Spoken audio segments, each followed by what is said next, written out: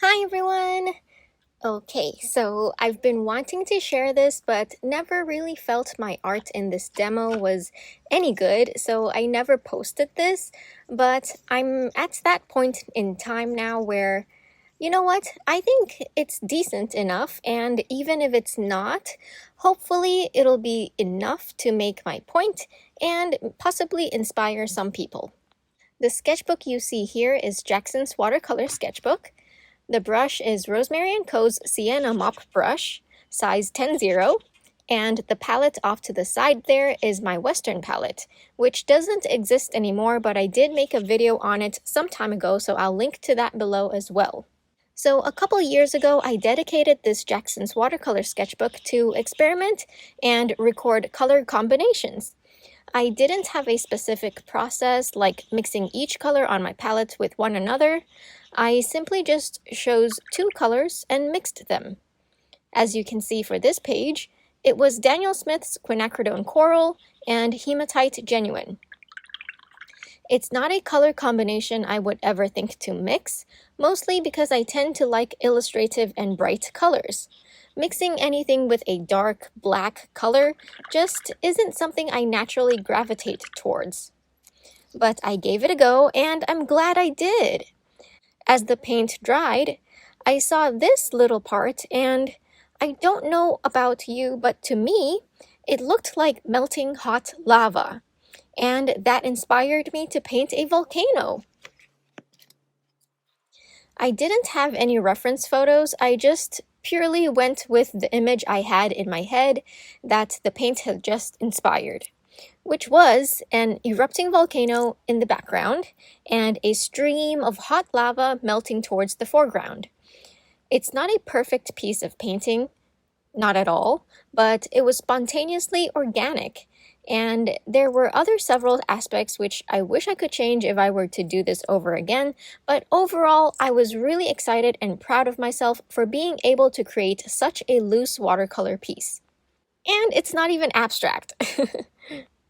Hopefully, you can tell what it is, and I still think about this piece a lot because it's the kind of painting I want to strive to be able to create more of. Something quick, simple, and showcases the power of watercolor. Before I forget, the paper here is Cadi's sketchbook, which I will link below, and the brush is Tintoretto's synthetic squirrel brush, I believe. I'll link that below as well. Daniel Smith's hematite genuine has dark granulating particles that really aid in the illusion of that rocky texture we associate with mountains. For those of you wondering if you could use lunar black or oxide black made with PBK 11, I think you could certainly give it a go. There are differences between the two colors, but I'm sure you could achieve a similar effect if you used lunar black in a diluted wash. A few things I'd like to note about this painting.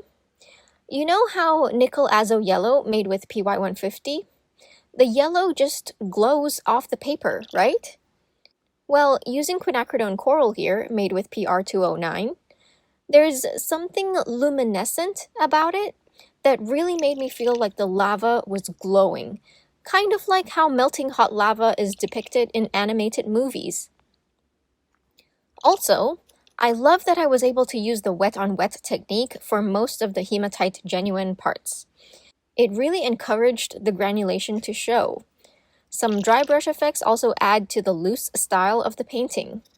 The little paint splatters is something I typically like doing with my floral pieces anyway, but in this piece, I believe it added to this illusion of an erupting volcano, which gave this piece a bit of movement instead of being just a still image.